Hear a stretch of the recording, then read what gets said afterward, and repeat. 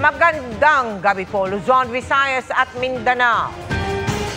Trahedya ang sinapit na 16 na sakay ng isang rescue vehicle na sa kagustuhang makahanap ng shortcut ay dumaan sa spillway ng isang ilog sa Zamboanga del Norte. Ang rescue vehicle ang kinailangang sagipin matapos tangayin ng malakas na ragasan ng tubig.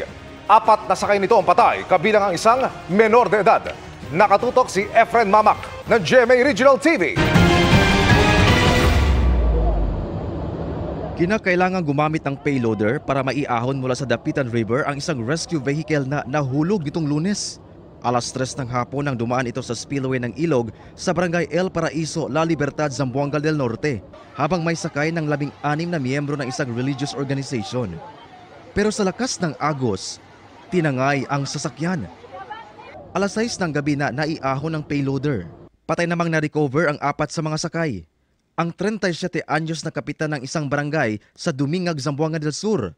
Ang 11 anyos niyang anak na lalaki at 2 babaeng kaanak. Sugatan naman at ginamot sa ospital ang 12 iba pa. Sa investigasyon ng kapulisan, galing ang mga biktima sa isang fellowship activity sa Calamba, Misamis Occidental at pauwi na sa bayan ng Dumingag.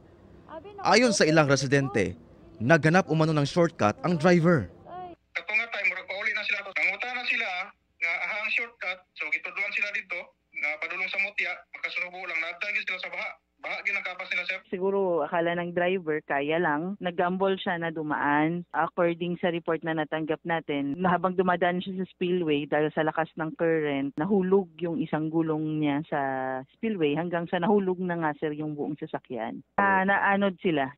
Sa ngayon, naiuwi na sa Dumingag ang mga bangkay at mga nakaligtas. Pero nasa kustodiya na rin ng PNP ang driver na sinisikap pang mahinga ng pahayag ng GMA Regional TV1 Mindanao. Nilinaw naman ng munisipyo ng Dumingag na may pahintulot nito ang pagpagamit sa rescue vehicle sa mga biktima.